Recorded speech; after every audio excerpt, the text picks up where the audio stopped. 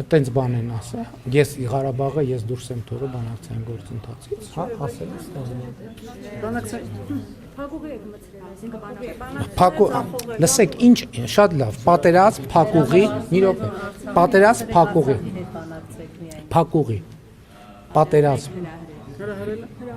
շատ լավ, ես հիմա ասում եմ, արդեն 1 տարի 8 ամիս Հայաստանի սահմանին զինվոր չի զոհվում։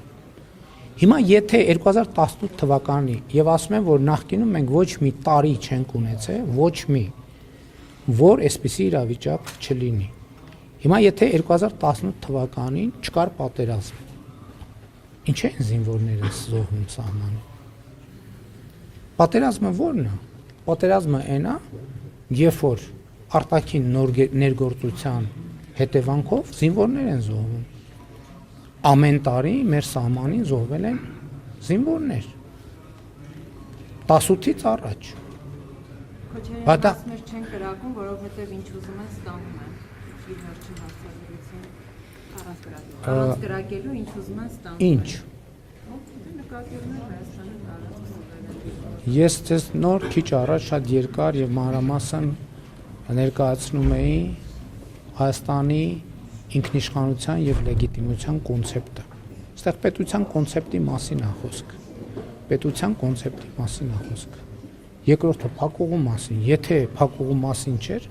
էլի ես զարմանում եմ, որ հրապարակային հայտարարություններից հետո էլի տենց մեկնաբանություններ են հնչում։ 2018 թվականի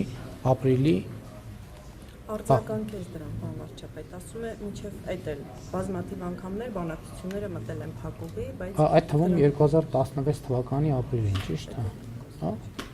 Դուք չգիտեք։ 2016 թվականի ապրիլյան պատերազմի մասին չեք լսել։ Էդ էլ փակուղու մասին։ Բա ինչի էր այդ պատերազմը սկսվում։ Բա ինչի էր այդ պատերազմը։ Հեսա Միչայլոց շատ լավ զուգահեռ։ Հեսա որ բանակցային փաթեթները հրապարակվել են եւ դուք կարդակեն ինչի վրա ես հղում եմ արել 2016 թվականի ապրիլի առաջարկությունը 2016 թվականի հուլիսի կամ հունիսի առաջարկությունը 2016 թվականի օգոստոսի առաջարկությունը այս բոլոր հարցերի պատասխաններ Սերժ Սարգսյանի նամակը կկարդաք եւ կտեսնեք բանակցությունները իմիջայլոց խոսում են ռազմական բալանսի խախտման մասին, որ մեր ժամանակ ռազմական բալանսը խախտվել է, ճիշտ է։ Հիմա դուք, երբ որ այդ փաթեթը հրապարակվի, կտեսնեք ոնց է Սերժ Սարգսյանը իր ձեռքով գրել եւ ստորագրել, որ ռազմական բալանսը խախտված է։